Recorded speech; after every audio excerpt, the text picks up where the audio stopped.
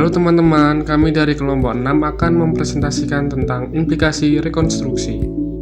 Sebelumnya, perkenalkan anggota kelompok kami terlebih dahulu. Kami dari kelompok 6 yang beranggotakan saya sendiri, Gayu Elpanusi, Kavi Firmansyah, dan Rizka Safitri. Pertama, saya akan menjelaskan mengenai tipe-tipe perubahan fonetis. Pada waktu mengadakan rekonstruksi fonem-fonem proto, tampak bahwa perubahan sebuah fonem proto ke dalam fonem-fonem bahasa kerabat sekarang ini berlangsung dalam beberapa macam tipe. Pola-pola pewarisan yang terpenting adalah sebagai berikut. Yang pertama, pewarisan linier.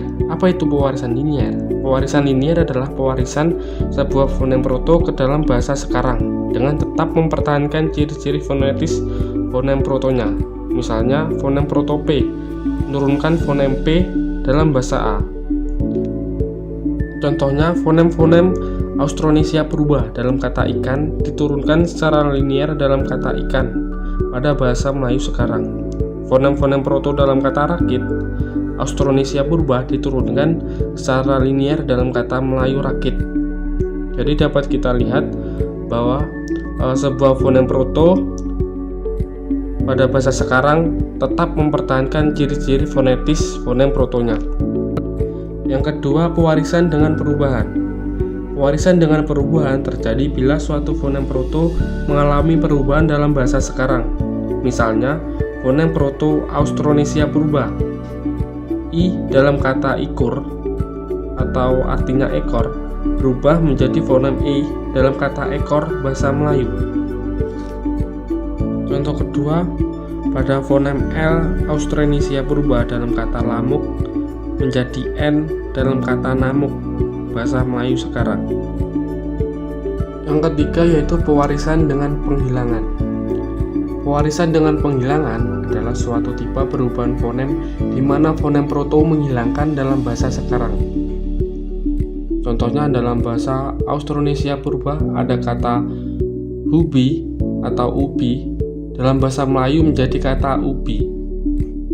Lalu yang kedua, kata turut dalam bahasa Jawa menjadi tut dalam bahasa Jawa sekarang yang memperlihatkan hilangnya fonem R.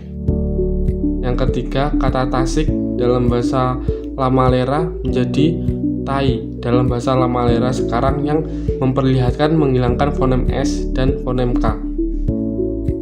Selanjutnya yaitu pewarisan dengan penambahan. Yang dimaksud dengan pewarisan dengan penambahan adalah suatu proses berupa munculnya suatu fonem baru dalam bahasa sekarang. Contohnya kata Austronesia purba, urut dalam bahasa Malagasy menjadi uzatra. Contoh lain yang dapat dikemukakan dalam bahasa Austronesia purba adalah kata loh yang memiliki arti air mata dalam bahasa Polynesia purba menjadi kata lo. Selain itu, dalam bahasa Lamalera kuno menjadi losuk dan dalam bahasa Lamalera sekarang menjadi low. Selanjutnya yaitu penanggalan parsial. Yang dimaksud dengan penanggalan parsial atau penghilangan sebagian adalah suatu proses pewarisan di mana sebagian dari fonem proto menghilang dalam bahasa kerabat sedangkan sebagian lain dari ciri fonem proto bertahan dalam bahasa kerabat tersebut. Proses ini masih jelas terlihat dalam bahasa Inggris. Misalnya, fonem K dalam bahasa Inggris kuno ada yang bertahan tetapi ada juga yang menghilang. Contohnya dalam kata acknowledgement fonem K bertahan sedangkan dalam kata knowledge kata K menghilang. Yang selanjutnya yaitu perpaduan. Perpaduan adalah suatu proses perubahan bunyi di mana dua fonem proto atau lebih berpadu menjadi satu fonem baru dalam bahasa sekarang.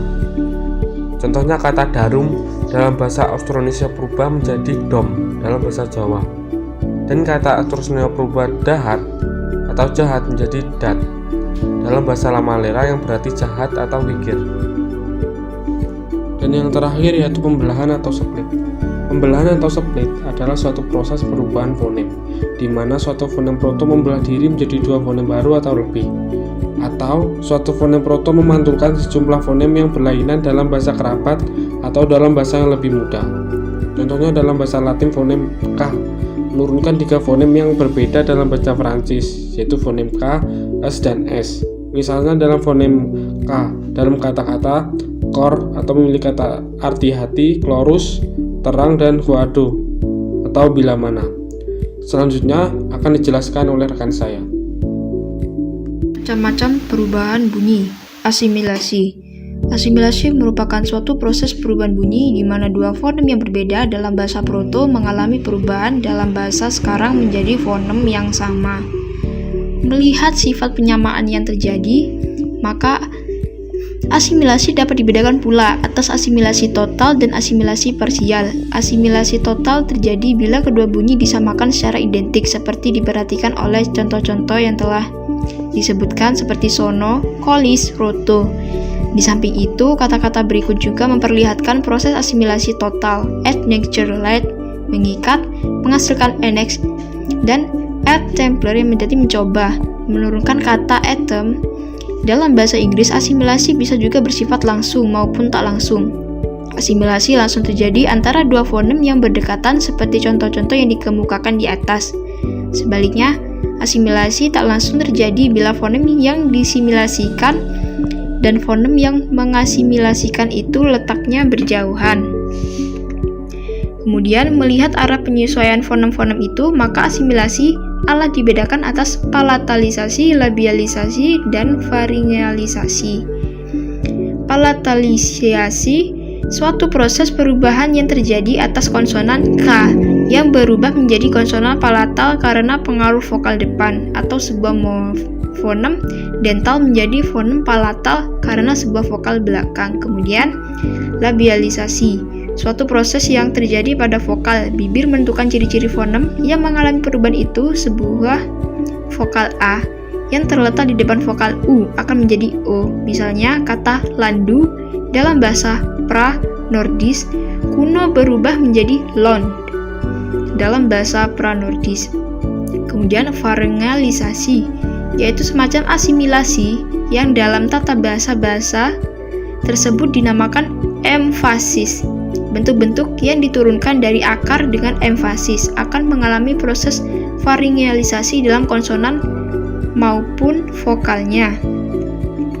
Kemudian, disimilasi. Disimilasi adalah suatu proses perubahan bunyi yang merupakan kebalikan dari asimilasi. Proses ini berwujud perubahan serangkaian fonem yang sama menjadi fonem-fonem yang berbeda.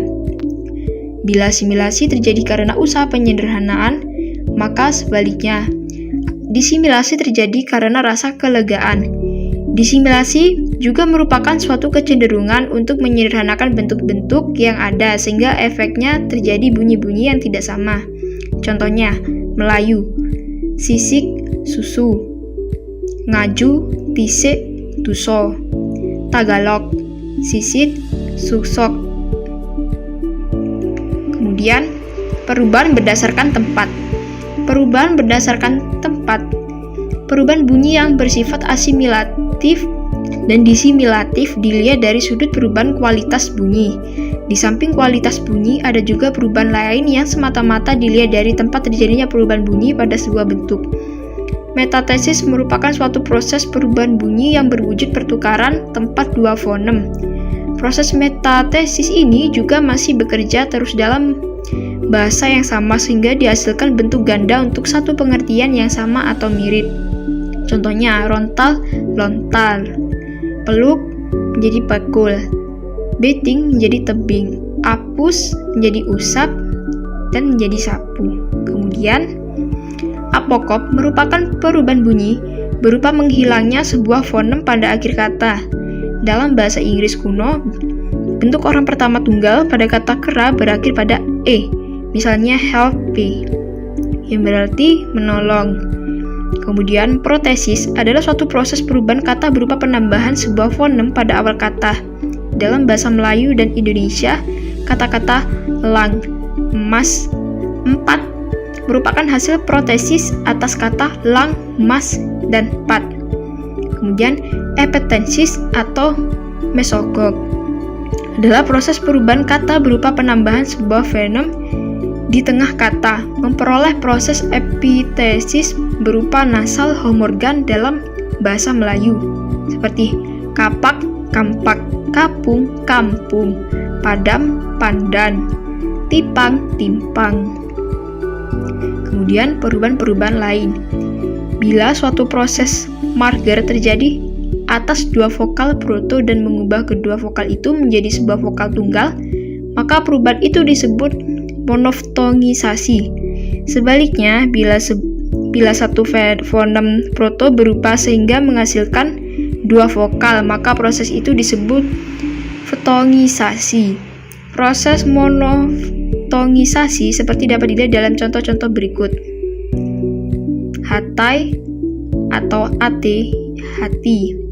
Binai, fine yang berarti bini. Vole artinya melemahkan. Kemudian perubahan morfemis. Perubahan yang terjadi pada sebuah kata atau sebuah morfem sejauh hanya menyangkut perubahan bunyi tidak merupakan objek perubahan morfemis. Dalam hal ini, sejak zaman Yunani kuno sudah dikenal suatu proses perubahan morfemis yang sangat penting, yaitu analogi atau keteraturan dengan lawannya anomali atau ketakteraturannya. Dengan demikian, analogi merupakan suatu proses yang mengubah morf-morf atau kelas morf-morf atau pola-pola linguistik berdasarkan bentuk-bentuk yang sudah ada, atau menciptakan morfem-morfem baru berdasarkan morfem-morfem yang sudah ada. Etimologi rakyat merupakan pembentukan yang sebenarnya tidak sesuai dengan sejarah perkembangan itu sendiri. Kurilowicz mengajukan sejumlah kaidah berdasarkan prinsip linguistik umum dan hubungan antar bentuk-bentuk untuk menjelaskan terjadinya analogi dalam bahasa. Mengenai timbulnya analogi itu yang mengajukan dalil-dalil sebagai berikut. Yang pertama, penanda. 1. Penanda morfologis ganda cenderung menggantikan yang tunggal. 2. Analogi bergerak dari bentuk dasar ke bentuk turunan. 3. Sebuah konstruksi yang terdiri dari sebuah bentuk tetap dan sebuah variabel dipakai sebagai sebuah pola bagi sebuah bentuk isolasi dengan fungsi yang sama. 4. Sebuah bentuk analogi yang baru mengambil alih fungsi utama sebuah konstruksi, sementara bentuk yang digantikannya itu dipakai untuk fungsi sekunder. Kemudian sebaliknya, Panchak mengajukan kaidah-kaidah berikut. Yang pertama, kata-kata yang panjang, kecuali paradigma, sering dibentuk kembali menurut kata-kata yang pendek, bukan kebalikannya. Kedua, alternasi akar-akar lebih sering diabaikan daripada dimanfaatkan. Yang ketiga, bentuk-bentuk infleksi yang panjang seringkali dibentuk kembali menurut bentuk yang pendek. Dan yang keempat, akhiran zero sering diganti dengan akhiran penuh. 5. Unsur-unsur bahasa.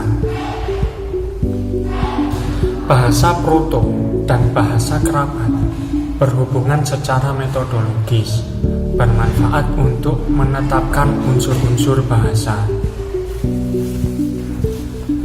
Kesimpulan dari hubungan bahasa proto dan bahasa patulannya sebagai berikut. Yang pertama, bahasa-bahasa berubah secara teratur, sekurang-kurangnya sejauh menyangkut sistem fonologinya. Yang kedua, perubahan semacam itu dalam sebuah bahasa terjadi dalam jangka waktu tertentu. Yang ketiga, perubahan dalam jangka waktu tertentu itu dapat dirumuskan dalam kaidah-kaidah yang berlaku bagi tiap segmen dengan tidak memandang soal makna, frekuensi, dan status gramatikal dari kata atau morfem tempat terdapat fonem tadi. Prinsip pertama dan kedua, sebagai dikemukakan di atas, dapat dipergunakan sebagai dasar untuk menghitung usia unsur-unsur bahasa. Yang dimaksud dengan usia adalah urutan waktu relatif yang dianggap ada antara dua korespondensi. A. Bahasa-bahasa Eropa. Dalam sejarah Belanda dan Jerman di satu pihak dan bahasa Inggris di pihak lain, terdapat korespondensi antara A dan A, seperti contoh. Di samping korespondensi antara A dan A, ada juga sejumlah kata yang berasal dari Prancis yang masuk sesudah korespondensi antara A dan A berakhir. Kata-kata yang masuk ini membentuk suatu korespondensi baru berupa A dan A seperti contoh.